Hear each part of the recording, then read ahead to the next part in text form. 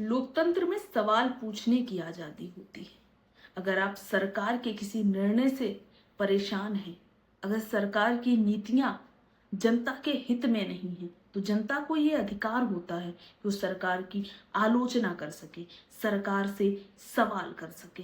लेकिन वर्तमान सरकार का जो रवैया है, उसे देखकर सिर्फ यही कह सकते हैं कि यदि आप देशद्रोह का मामला अपने ऊपर लेना चाहते हैं, यदि पुलिस द्वारा आप अपनी गिरफ्तारी स्वीकार कर रहे हैं, तो आप सरकार से सवाल कीजिए, क्योंकि ये सरकार तानाशाही की सरकार है। यहाँ सवाल पूछना ही अपराध है।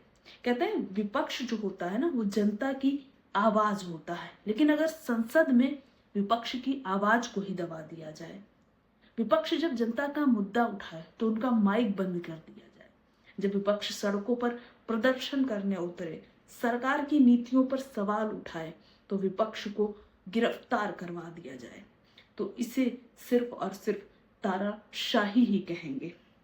बात सिर्फ राजनीति की नहीं है, बात युवाओं के भविष्य की है।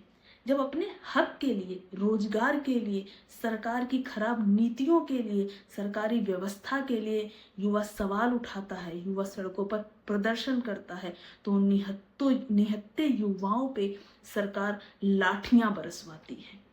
नीट पेपर लीक पर अगर युवा सरकार से सवाल पूछ लेता है, तो सरकार को समस्या हो जाती है।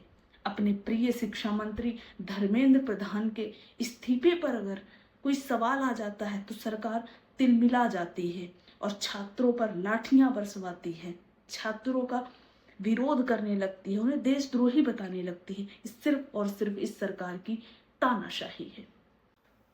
लोकतंत्र में जनता राजा होती है और सरकार सेवक होती है।